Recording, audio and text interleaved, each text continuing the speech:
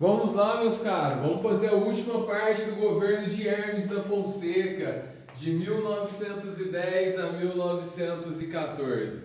Hermes da Fonseca teve uma importância também grandiosa ali com relação à construção de ferrovias, que nessa época era o nosso principal meio de transporte no Brasil.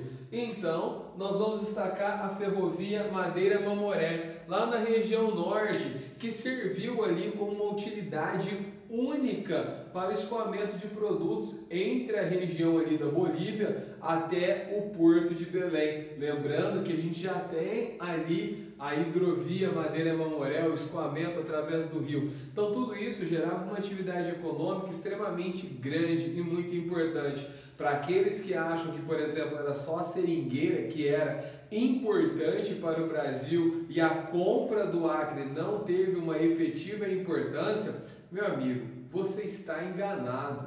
Olha só, a questão do Rio Madeira e a própria hidrovia Madeira-Mamoré e a própria ferrovia depois são importantíssimos nessa relação econômica entre as regiões da Bolívia e o Brasil. Por isso que o governo também não deixa de investir lá naquela região nesse período. Encontra-se ali uma situação econômica importante, a utilização do Porto de Belém pela Bolívia.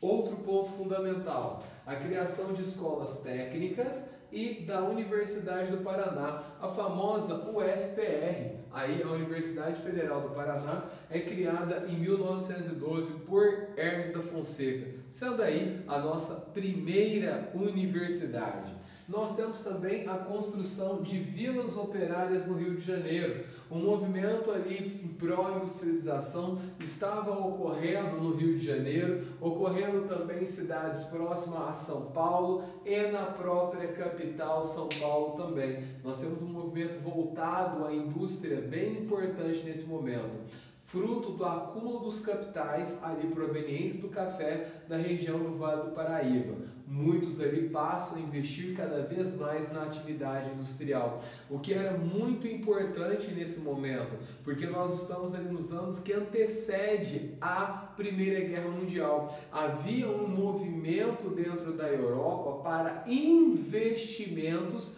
ligados à área militar. Por outro lado, alguns países passaram a produzir produtos ali tanto para atender uma substituição de importação, no caso do Brasil, como também para enviar para fora. Surge um novo mercado nesses anos que estão se antecedendo ali, no caso, a Primeira Guerra Mundial. Bom, e aí eu quero falar para vocês da última revolta do governo ali de Hermes da Fonseca. É uma revolta extremamente complicada, difícil de ser entendida e que necessita de muita atenção. A revolta do contestado. Por que contestado? A área contestada. Qual é a área contestada? Uma área de 30 quilômetros entre os estados do Paraná e Santa Catarina. Bom, vamos montar o cenário para ver o que vai acontecer.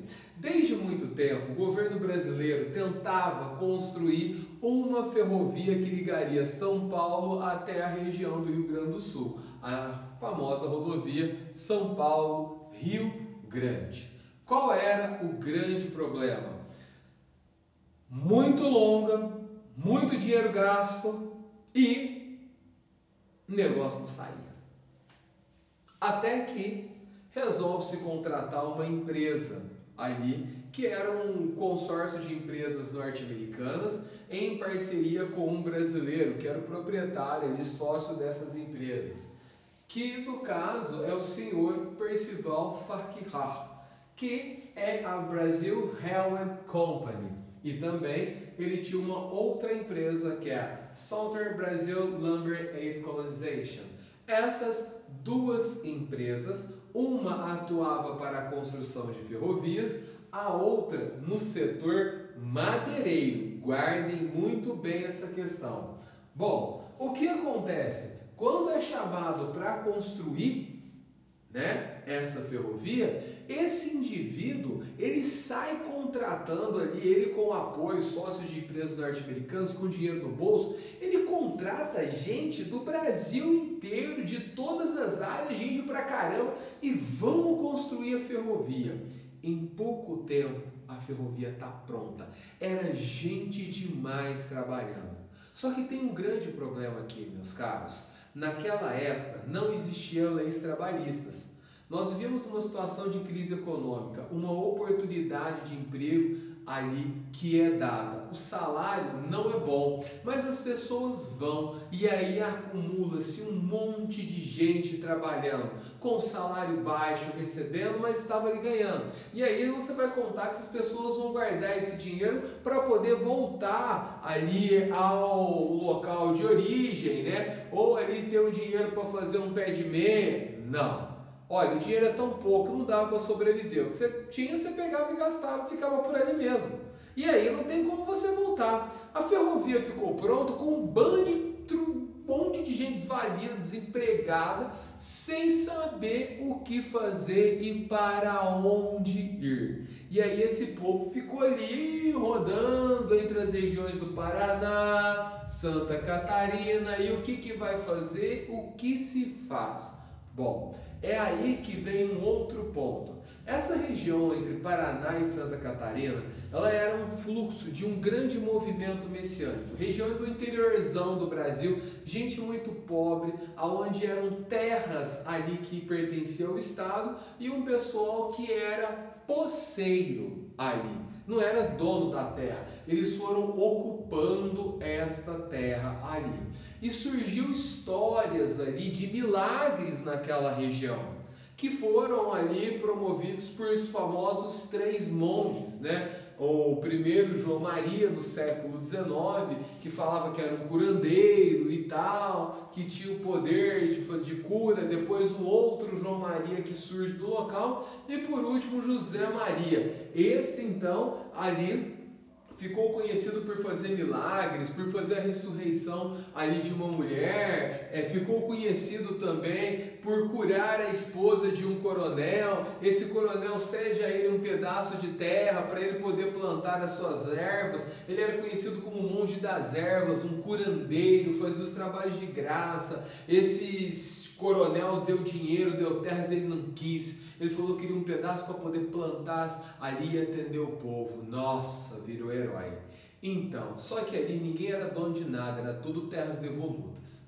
Olha para você ver aonde que vai chegar a situação e o problema todo aqui. Havia gente pra caramba morando ali sem legalidade nenhuma.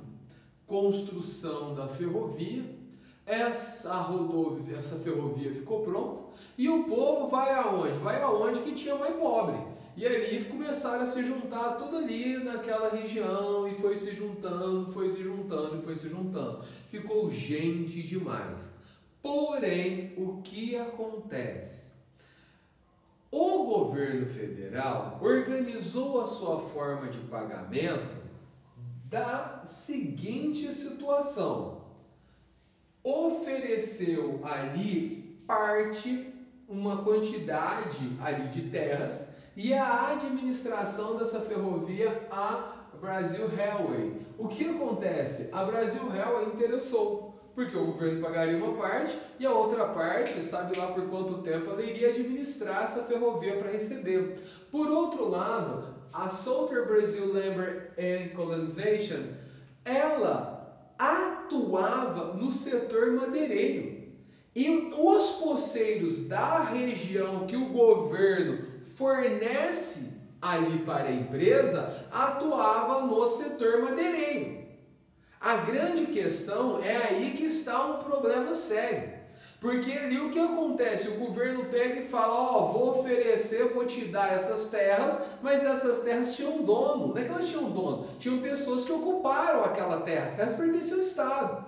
O governo poderia ter doado outras terras, mas ofereceu aquelas terras. E terras ali, algumas na região do Paraná e outras ali na região de Santa Catarina. O que acontece ali naquele momento, né? Como havia gente demais ali naquela região de Santa Catarina, aquelas pessoas também que estavam desempregadas foram ocupando a região de terras devolutas no Paraná. Quando a empresa foi assumir, a empresa falou: opa, tem gente aqui, reclamou para o governo, o que eu vou fazer? O governo ali do Paraná fala: pô, tem que fazer alguma coisa. Vai lá e age militarmente para expulsar o pessoal para a área ali de Santa Catarina. Vira uma guerra gigantesca. E ali você tem o messiânico, José Maria liderando esse pessoal, que chama o local de monarquia celestial, que faz um movimento messiânico totalmente contra a república. E fala o seguinte: nós vamos ficar, e aqui é um movimento, é Deus, Jesus, Maria, José. Pronto, virou aquela bagunça toda. E parte-se para uma pancadaria contra as tropas do governo do estado do Paraná. Porém, o negócio cresce demais e se torna descontrolado. José Maria é morto e depois aparece uma menina chamada Teodora, que falava o seguinte: gente, vamos atravessar para o lado de lá do Paraná, porque José Maria está falando comigo, eu estou tendo visão com ele e tal. E o povo vai, vira um rolo só, uma pancadaria danada, e aí o governo federal é chamado a intervir na situação. Reúne-se as tropas dos estados do Paraná e Santa Catarina. E o que ocorre disso? Um verdadeiro de um massacre à população local, encerrando a revolta e garantindo o direito de propriedade à empresa. Bom, essa é mais uma daquelas revoltas que o governo brasileiro atua em que poderia ser resolvido de uma maneira completamente diferente aqui, né? O governo fala: a terra é minha, mas o povo está ocupando faz tempo, é o seu próprio povo. Você tem outras terras que você pode ceder à empresa, não precisa ser aquelas, né? Mas, todavia, entretanto, é essas. Poderia se organizar de outra forma. É por essas e outras que o Brasil, aí quando age com mais pobres, age com violência absurda. Porém, quando age com os mais ricos, muitas vezes acaba sendo até humilhado por eles, como alguns casos que ocorrem em Alphaville. Meus caros alunos, até mais!